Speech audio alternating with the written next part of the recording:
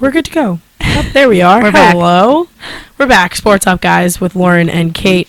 So we wanted to talk a little bit about NCAA basketball. We never talk about NCAA basketball. Never. We never talk about any basketball, really. We never talk about We're basketball. not basketball people. We barely talk about football. So well, yeah. We really only talk about baseball.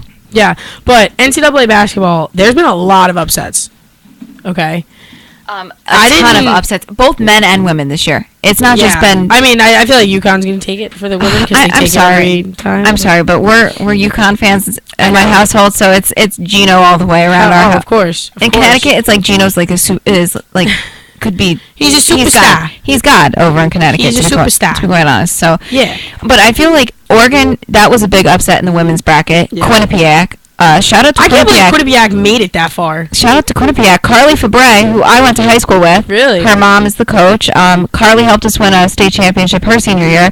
So she's a very, very good player. So she's a very good, well-rounded player because her mom has coached there for 22 years. Yeah. So. I mean, like, that's insane that your mom's, like, the coach. But, like, that's crazy for Quinnipiac, for a MAC school to be making it that far. It's amazing for the MAC. Yeah, it is. It's just when you get that far in a tournament, like, you just kind of forget about, like, rivalries and stuff, and you're just kind of like, good for you, because at least you're getting our name, like, our division or our conference out there. You know what I mean? Yeah, that's true.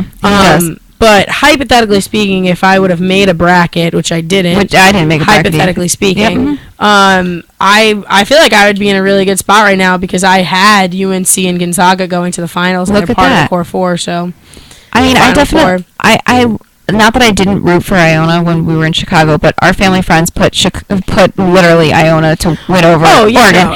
And they did it because they just can't stand the other team. Yeah. So, the day before, their brackets got wrecked for something, and we were at dinner, and we were talking about the brackets, and I was like, I didn't really make a bracket. I just was like, I like to follow it and not have any, like, pressure on whatever team to win. So yeah, but the Wisconsin game really broke 18.8 million brackets or something. Yeah, I know. It was crazy because we watched that game before the St. Patrick's Day party that they were having, and it was huge. Yeah, I kept getting like updates of like the percentages of how many people's brackets like were still like, you know, still in and everything. It was pretty crazy. Like in the beginning, like a lot of people had everything right for a long time, and then like after South Carolina upset, it was like, all right, what's going on? Right. But I can't even believe South Carolina is in the Final Four. I can't believe South Carolina is in the Final Four either. But men and women, I feel like it's sort of evenly balanced at this point. It's sort of, I know in the women's division, Notre Dame, I think, got a wrong call the other night, so Stanford advanced. But as a Connecticut fan, we're sort of hoping Connecticut plays Stanford in the final because Katie Lou Samuelson, her sister, goes to Stanford, and we would love to have them beat Stanford. Yeah. But that's because personal. But yeah. I mean, UConn played in Bridgeport this past weekend, yesterday and Saturday. Mm-hmm. So if my dad and I were, we could have gone to a game. I've been there for an NCAA tournament. It's a fun time to go to an NCAA tournament, especially because it's 20 minutes from my house. Yeah. So it's not that far, and it holds a lot of people there. Yeah, it does. That's pretty cool though. I mean, I don't know anybody on any of on any of those teams. So it's like just to like know somebody that's like going through that is pretty cool. Like I have friends who go to like, big like schools for softball, and they go to regionals every year. That's cool. Huge. Yeah. I have a lot of friends who played. I have two friends that play D1 softball, so shout out to Haley and Jackie if you're listening. Haley plays D3, but Jackie plays D1 for Holy Cross, and Haley plays D3 for Ithaca, and Ithaca's a very good D3. I don't even see like the divisions. Like people try to explain it to me and everything, and I'm like, I don't get it. Like I understand, like money and everything, but it's just you play. It's not that, But I can't wait to like actually. I always watch basketball when it's playoffs or into championships. So it's like that's the only time I watch it because it's the only time I really find it exciting. To be completely honest, I'm sorry to any basketball fans. I really am. I can't. And they can say the same for baseball because they're like it's boring, this and that. But like I can sit there. But I can sit for 4.5, 5 hours and watch a baseball game. But I think for me, basketball, I love watching the college basketball stuff. We watch. We watch normally just the UConn women's basketball because it's on all the time, but we're very much, not that we don't love other teams, but we're very much a UConn family. I mean, see, like, I don't have, like, my family didn't grow up watching, like, college sports, so it was, like, we had, like, our pro teams, and that was it. Like, Yankees and like, you know, the Giants and the Jets and stuff like that. My dad never loved pro basketball, so that's why we tend to watch the college games more, and we tend to watch more of the women's games than we do the men's games, especially because the women's Connecticut teams are way better. Yeah. Especially because they're debatably, I mean, not even debatably, they are like they are the best basketball team ever. Definitely. And I mean the best basketball franchise ever. Exactly. And so being from Connecticut, that's like the shining moment for us is that they make it to the NCAA tournament. This year it was a little rocky because we didn't know where the team was going to be, especially because they lost so many seniors last year. Yeah. But they really picked it up and they played a great game.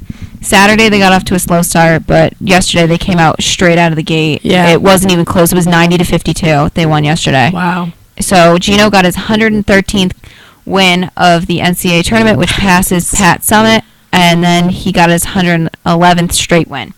That's insane. I really wonder, like, who's going to be the team that's going to mess it up? Or are they going to have this record for years to come? You know what I mean? I know, that's really difficult. Because he does such a good job at recruiting, like, the types of players that he wants. And he always gives that, like, that interview that you've seen, like, him talking about the type of people that he wants in his, like, in his locker room and in his family. Like, exactly. It's a family, really. It's honestly, like Rebecca Lobo still considers that as, like, a family. Yeah, it is. Because it's, like, and also, back. Like, the alumni that come back to UConn basketball, like, they are always, you know, trying to spread their wisdom and knowledge to the younger players so that because it's like you have that pride that, like, you know, well, I was part of this team for 4 years and we didn't lose. I want this record to continue for years to come. Like, I'm going to spread whatever knowledge I can to those younger players and those new players. And I think that people who grew up watching the NCAA tournament, they know that if you decide to commit to UConn, you commit. Yeah. You commit. Like, I saw a story the other day that when that snowstorm rolled through, none of the coaches could get to UConn. Yeah. The girls trekked out in the middle of the blizzard and had practice and ran practice by themselves. Yeah. Like, but that's what you need from a team is to have them practice. Exactly. Like I mean, it just starts with your leadership, too. Like, who he has leading the team is just, like, you know, you have Samuelson, you have Nurse, you have... It starts there. Because, like, I watch... HBO always has a special... Oh, yes. They have that UConn special. Yeah. And it's March Madness, like, March, like, you know, UConn March Madness, whatever. But, like, you know, you watch, like, how these players interact with each other. And basketball is a small team. Like, you don't need a lot of players. Like, softball has 19, 20... Like, you could have anywhere from, like, 13 to 25 people on a roster. Right. So, like... it's a big family sometimes, and sometimes it's a small family, but, like, it's nothing compared to how small a basketball family is. There are not that many players on a basketball team. You only have 5 on a court, and, you know, however many. You can compare it to softball and baseball, and you have way more people on baseball is like 40, right? Yeah. You have a 40-man roster. How do you expect to be close with every single person on that team? It's hard, especially because it's like you have a whole different staffs. You have, like, the pitching staff, and then you have catcher staff, and, like, you know, pitchers and catchers work with each other, so you have that kind of dynamic that you need to work with. But, like, outfielders are never talking to pitchers. No, but infield, you know what I mean? My favorite is, speaking of the Cubs, is that watching that documentary of the Cubs World Series, you got to see how close of a tight-knit team they really are. Right, exactly. They're a very tight-knit team. And not to say that one person is the glue, because it's not.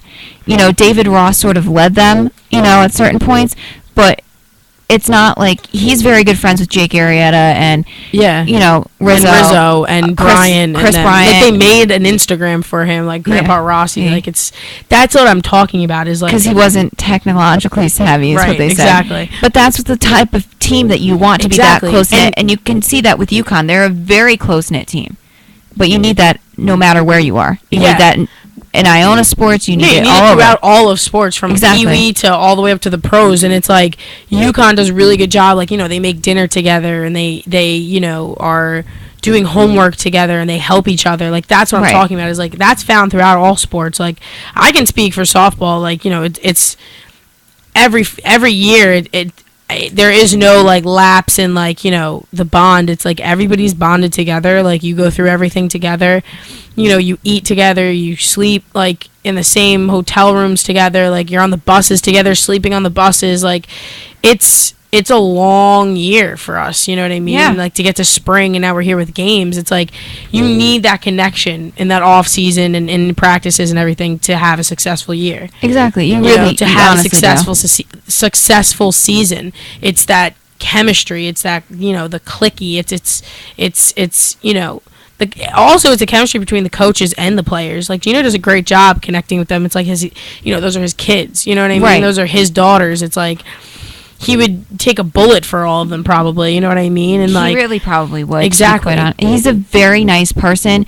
He still connects with players who aren't there anymore, which is honestly makes it really incredible to see, because when he coached for Rio, he connected. Some of those players were not his players, but they ended up all working together, and it was great to see him work with other people who haven't played for UConn. Right. And people who've been out of the UConn system for a while. He still gets along with everyone, and he has that great personality that people just tend to love who he is. They just flock to him. Right. Because he's so, like, warm and, like, you know, kind of like a dad figure, an uncle figure to them. You know what I mean? So it's like these kids come from all over to go to UConn, and then, like, they don't have a parent there. That's their parent. Like, your coach becomes your mom and your dad.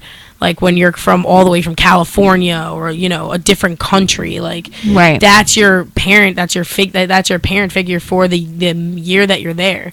So it's important that they have that, especially, like, I mean, even the pros, really, like, I know, like, it's not parent, like, you're older, or these guys are, like, 40, 30, like, well, I mean, the prospects are 18, 19, 21, like, you know what I mean? That's, like, a point. And it goes into the Cubs where they have those young players like Rizzo and Bryant and them, and, like, Aria's older, too, but, like, he's still Ben younger than David Ross, you know what I'm saying? David Ross just turned 40 and Joe Madden. So it's, like, they look up to the older players on their team, and it's, like, that's what it is. That's why they won, because that chemistry, that family bond that they have you couldn't go past that. You can't prevail over that because it's too intense. You know what I mean? Well, and Rizzo said from the beginning of the season that they wanted to have David Ross go out on a championship and nothing less. And they said as soon as that game was tied, they said, and they had that rain delay, they went in, they had their first, like, players meeting of the year without, like, their coach, and was like, okay, we really need to do this. We need this is our time, this is our place, and you get to see all that behind the scenes stuff in the documentary. It's like 2 hours long, but it's like it doesn't feel like 2 hours because it gives you the history of both sides. So it doesn't just talk about the Cubs, but it talks about the Indians as well. So you get to see both sides, which I thought was very interesting. I would see, like, that's the one thing is, like, we talk about the Cubs and everything winning, but, like, the Indians, like, had a long streak, a long drought too. Yeah, like, what, you know what I mean? Their history too. Yeah. 80? 58 years, I think. Was it 58 years? I think it's 58. Because I think, it was both of them had one of the longest droughts, but you get to the Cubs had the longest drought, but in sports. But you get to see them become, even they took in Androlis Chapman, and they said they were so excited when he signed and was able to be with them, and they wanted to make him as quickly as part of the team as possible and make him feel comfortable. And he said he honestly, felt very comfortable there. He felt comfortable with them. Because when you have people who are that comfortable with each other, like, and they have one new or two new people coming in, like, they're going to be like, you want to know what, like, everybody's ultimate goal is to win, okay, to win the World Series. And if they understood that the chemistry that, the team needed in order to win was to get Chapman in and make him feel part of the team as quick as possible. So when you have everybody on the same page, that works. You know what I mean? Like, I think that's the one thing that we've been really missing on the Yankees. That, like, I'm going to bring them in because I always have to talk about them. But, like, they have been missing that close bond. It's always been kind of just, you don't see when when they come in, like, the dugout, like, they hit a really good hit or something. It's, like, high fives or whatever. But when you watch people, like, when you watch, hit players on the Cubs doing things, they come in, they get hugs, and, like, even if it's a minor thing, they're very energetic exactly for and each other. It's and I feel like that's what we've been missing on the Yankees is that kind of family, and they'll say it, oh, we're our family. But no, you don't feel it. You're faking it. I know they're faking it because it's all just a bunch. Because that's what I'm saying is the Yankees have been just a bunch of like older guys who have been put together on a team trying to make like an old all-star team, kind of like it's not happening now with this younger team. It's all of like we've been saying it constantly in this show. We have been saying it's like 95, 96 all over again. Right. We have these young players that are bonding now in spring training, which we're like we're like 5 days away from the real season. Like, it starts what Friday or Saturday? Friday or Saturday, I think. No. It's got it. When does it start? 6-4. Does it start Tuesday? Tuesday? April. All right. No, I think it starts Sunday. I want to say Sunday. You want to check? I can't. Okay. You have a laptop? I don't. All right, my phone doesn't get the best service down here either. Well, it's the radio station. But like that's what I'm talking about is like we have these young players coming up now who are, bonding closer together. They're, have you seen actually? How they come out with videos to like say like they came out with a video of like Greg Bird coming out of his car and like Brett Gardner like is like a I don't know. He was like going through he was looking through goggles, looking at Bird coming out of his car, and he's like, "Oh, it's a bird in his natural habitat." Like, and he was like following him around and like watching him observe. He was let's see when their first game is because I'm pulling that up. I think it's Friday. I don't even know what today is. Today is the 28th of March, Lauren. Interesting. Let's see. It says regulars. I'm on their website. Their website's taking forever to load today. Why didn't you just go on Google? I did, but it didn't come up with that. It came up with the spring training games. You didn't put in regular season game. I put in Yankee regular. It's Google. Do you think that? It's Google. Come on. No. It's. But I think that's what is what's gonna help them this year is just that like family bond that they're gonna have. They really haven't had that. I think in years. They haven't at all. I mean, after Derek Jeter left, it was like, what are we doing? See, like 2009 when we won, right? Yeah. That team had been together and had just like it was kind of like. Tino was gone and everybody was pretty much gone, but it was like Jeter was still there. I mean, we won because of Hideki Matsui, but like that's completely besides the point. Right. I mean, but you have to understand that we did win because of one person because he hit that home run. We would have never won without that home run in 2009. No, we wouldn't have. But I think it starts Friday or Saturday. Absolutely because not. What? No, I'm saying we wouldn't have won. No, we haven't, and it's not loading, and it's giving me through Friday's schedule on Google, which is annoying. Well, Google, you're horrible. So, thank you, Google. Thank you, Google, for being completely useless today, right? Completely useless. Because the Yankees website's not loading either today. No, it's 5 days till opening season. So 5 days. So that would put us at what? 5 days. That would put us at like Saturday, right? When I can't do that. Put us at Saturday. But that's how like fast this is approached. I mean, I can't even believe the regular season's here. Really, I'm excited that the regular season's here because then it means it's back and we don't have to worry about. No, I'm happy about our pitchers. That's the one thing that I'm happy about is who we have. I'm very happy about who we have as pitchers. Chapman's back, which I'm ecstatic about. And I'm gonna miss Andrew Miller not being there, but Are you really? Yeah, I actually liked Andrew Miller. I'm not gonna miss him at all. I'm not gonna miss Evaldi either. Oh, I'm certainly not gonna miss some of those people. Big ear, Dumbo looking ears. Yeah. I was going through this thing. I shared it in between sessions, but I was going through this thing. It was like 5 reasons why the Yankees are gonna win the World Series. Let's go. And starts number 5, starting pitching. Okay. Masahiro Tanaka is having an amazing spring pitching, 18 and 2/3 innings without allowing a run. He's 3-0, has 22 strikeouts, a minuscule whip of .48. Michael Pineda has also been stellar, and then, they talk about CC, had a resurgence last season, and he's experiencing, like, the leadership role and stuff like that. And then, they talk about Brian Mitchell has the edge over Luis Severino, and Chad Green and Jordan Montgomery are in the mix as well.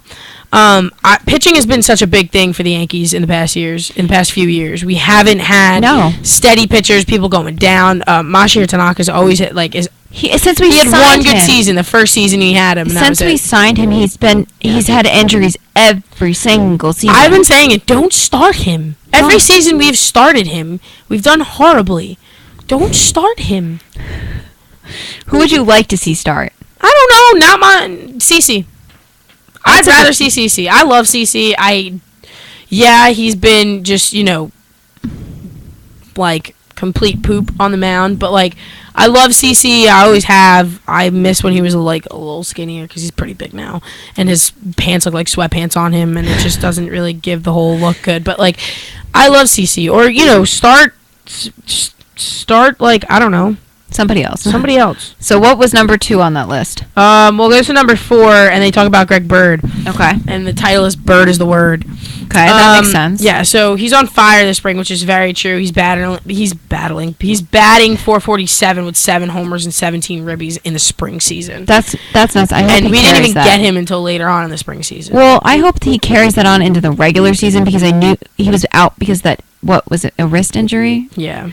So labrum, shoulder labrum. Right shoulder labrum. Yeah. So I'm hoping that everything's healed and he's good to go because I really can't take somebody else at first base at this point. I mean, we had Teixeira, who's Golden Glove Award winner. Like, Teixeira is one of my favorite players, and everybody always, poops on him. But, like, he's a great player, and he was clutch in certain situations. He was a switch hitter. I mean, what more could you want from the guy? He had a wrist injury, and wrist injuries for first basemen are big. They're huge. You know what I mean? You don't realize it, but,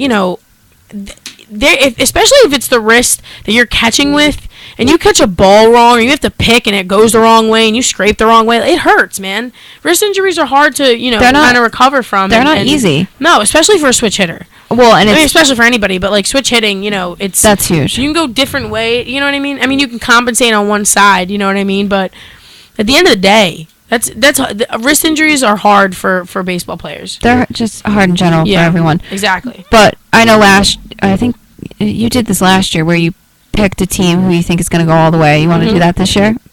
You want to do that? You want to do it? Who do you think is going to go all the way this year? I want to say it's a Cubs back-to-back. I want to say it's not going to happen. I want to say it too, but I don't think it's going to happen. Honestly, I've been saying this, and all my Mets fans have been saying this is the year, and I keep saying no, but I don't know. I hate to say it, but at least if it's a New York team, I'll take it. If it's a New York Dodgers team, look pretty good. If it's a New York team, I'll take it. I have a feeling it might be Cleveland. Indians, really? I don't know. I don't know if they didn't take it last year. They're not taking it. I don't know. They took some of the Cubs players, so I feel like they may. Yeah, but that doesn't mean anything. I don't know. I don't know. They seemed. If they mesh well. That's going to be a danger. It's going to be that team is going to be very dangerous. They have a lot of weapons, pitching, bullpen, hitting. It's a very dangerous team to play. But I don't know. So you're saying Indians. I'm saying Indians. I would love to see the Cubs go back-to-back. I mean, that would be my favorite thing to see, but I don't know. I don't feel confident in saying the Cubs, though. I just don't. I might lock my answer in with the Mets. Okay. All my friends who are Mets fans will watch us like, oh, what are you talking about? I said the Mets the whole time. At Joe Messina, I said the Mets the whole time, blah, blah, blah. But... I think the Mets maybe. I think it's a toss-up. Like, I don't know. I want the Yankees realistically, but I don't think that's going to happen. Realistically, I would love to see the Yankees in the World Series. Yeah, here's the thing. In number 3, they said injury luck has to change. Okay, we've had a lot of bad luck with injuries. I definitely think if they don't have a ton of injuries, like really bad injuries, I think they could go. Exactly. I'd be happy if they went to a playoff game. I'd be okay with that. No, you're not okay with that? If you're going to go to the playoffs, go all the way and win. If that's what you're going to do, go all the way and win. I don't want you to go to the playoffs and get my hopes up and you lose in the playoffs. And you're like, oh, at least we made the playoffs. No, at least we made the playoffs. Derek Jeter did an interview and they were asking him about, like, winning and everything. And they were like, well, at least if you made it to the playoffs, like, you could say you made it to the playoffs, you made it to the World Series. Like, what point is that? And I get what you're saying too, but with this team, it's a little bit of a rebuilding period. So it is. We've been in a building period really for the past few years. But I mean, if we had some early people go down, like Tyler Austin, Didi Gregorius went down in like middle of the spring. Didi was in the Baseball World Classic, which drives me nuts. I want to just comment on in a little bit. But they do have depth this year, which is one thing that I'm happy about. Last year, in the past seasons, I don't think we've had this kind of depth. In spots everywhere, in the outfield especially. We have a lot of outfielders. Clint Frazier that we have in our farm system and all of them. So I'm happy about that. But that's one thing that we need to stop. Yeah, exactly. That's one thing. The injuries have got to stop. If they want to go anywhere, the injuries have to stop. Exactly. And also talking about like how deep we are, like deep in our bullpen too. The bullpen's pretty deep too, and into the farm system, it's deep. Yeah. If we can really like get a lead heading into our later innings, like 6th, 7th, even I know 8th is like bottom, but our bullpen it will just annihilate. I mean, we've Chapman back, we have Clippard, we have Tommy Lane. I'm very excited to see Clippard. Yeah, I'm excited to see Clippard too. He did really well in the Baseball Classic. I'm excited for him. Yeah, I really am, and he said he's very excited to working with Aroldis Chapman. Who wouldn't be excited to work with Chapman? You're in the bullpen with him, and he's throwing 105 miles an hour. I would be happy. In the catcher's mitt must be ridiculous. Well, that's why they never had David Ross really catch for him, right? I wouldn't have anybody catch. I really, honestly would not do that. A lot of times they would pull Ross when Chapman was coming in. I would too. I think they just didn't want to break Ross. I wouldn't want to break Grandpa Ross either. I wouldn't want to break him either especially because he's now doing Dancing with the Stars. Yeah, no, absolutely not. But we just have a lot of depth, especially Dellin Betances is in there. We said Tyler Clippard, Tommy Lane, Adam Warren, Severino is another one you could throw right in there too. Right. But that's what I'm talking about is the depth in the bullpen is what you need. Mm-hmm. And in order to secure wins at the end of the day, you know what I mean. And then the last but not least is the baby bombers, Gary Sanchez, Aaron Judge, Aaron Hicks, and Tyler Austin. But I mean, he's hurt, but like it's okay. But it's okay. Gleyber Torres and Clint Frazier. These are after a long time of oldies and old legs. We finally got some fresh legs in there for the franchise. Thank goodness. The future is bright for us Yankee fans. It is. I think it's very bright. Yeah. There's a lot of teams that have a really bright future, I think, coming up. So it's going to be a very difficult. It's going to be exciting. It's going to be a fun and difficult season. Yeah, a fun and difficult season for sure. I mean, I'm excited. You and me are both We're both excited. And you, I think, are more excited for May 26th than I think I am. I think so too. I just want to be at a game already. You know what I mean? I just want to be sitting there. I'm 21, so. I know this is going to be your first one. Then my first, it's my first baseball season legal age, and I can legally buy a beer there. So, I'm not saying I will, because Well, that's okay, Lauren. Because they have Mountain Dew, so why would I? Why would I not choose the Mountain Dew? You know what I'm saying? I know your obsession with Mountain Dew. I have a real bad obsession with Mountain Dew. Everybody knows it, so it's bad. But one thing I wanted to say about the World Baseball Classic. I mean, everybody had to have watched it. I know we talked about our dislikes and likes about the Baseball Classic, but. Yeah. First year the USA won, and thank goodness, and they went. First year they made it, and they won, and they annihilated Puerto Rico. Completely annihilated them. I mean, it's a great game.